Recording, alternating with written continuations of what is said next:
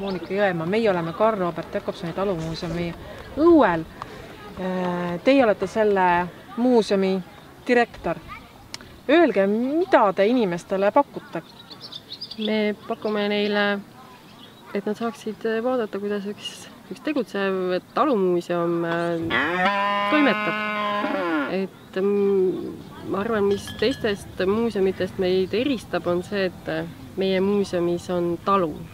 Me kasvatame Eesti maakarja veiseid, meil on 3 Eesti hobust, lambad, kanad, kalkunid, küülikud, peame põldu, teeme heina ja muidugi tutvustame ka inimestele Karl Robert Jakobsoni elu ja tegevust, kuid läbi selle talu tegemiste näitame maaelu ja talukultuuri. Et kui tänagi siin ringi vaatate, siis näete, et meil on erinevad töötoad.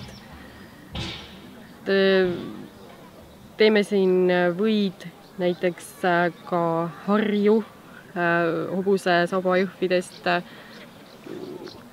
et inimesed ei unustaks ära, et kuidas vanasti loomadest kõik ära kasutati. Ka Karl Robert Jakobson on omal ajal kirjutanud, et näiteks seast jääb järele kisa, veises samamoodi, et kuidas säästlik maainimene mõtleb kõike enda kasuks, mis talle kasulik oleks oma majapidamise jaoks.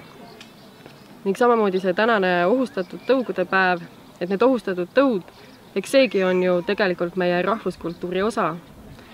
Et võib-olla me ei oskagi neid tegelikult väärtustada ja mõelda, et näiteks Eesti maaveis või Eesti hobune, et ta on meie oma kultuuri osa. Öelge, teil on palgal, ma vaatasin, kokad, teil on traktorist, autojuht, teil on aednik ja veel abilisi, et kui palju inimesi siin töötab, kes selle majapidamisega kõik peavad hakkama saama?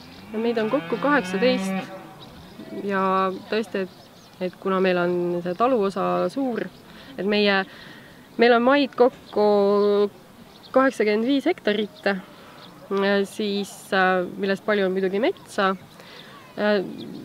Ja nagu näete, siin on meie aiamaa, muidugi kartulipõld on hoopis seal kaugemal, suur maala ja purgandipeenrid ja sibulad ja muud kultuurid, et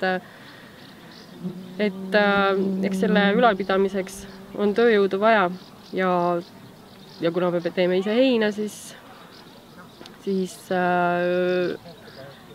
on ka traktori abi vaja, mis siin salata, et selle oma tööjõuga sellisele hulgale loomadele nagu käsitsi ja hobusega ei jõua enam.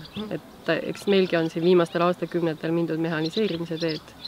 Aga eks me näitame, kuidas hobusega töö toimus või kui kellelgi on mingeid mõtteid, kuidas tulla meile ja ise kaasa lüüa meie tegemistes või tellida meilt nende töötuba, siis kõik ettepanekud on alati oodatud. Nii et ühesõnaga kogu see ala on maksimaalselt ära kasutatud ja selline naturaalmajandus, et ise kasvatate, ise sööte? Põhimõtteliselt küll, jah. Aitäh!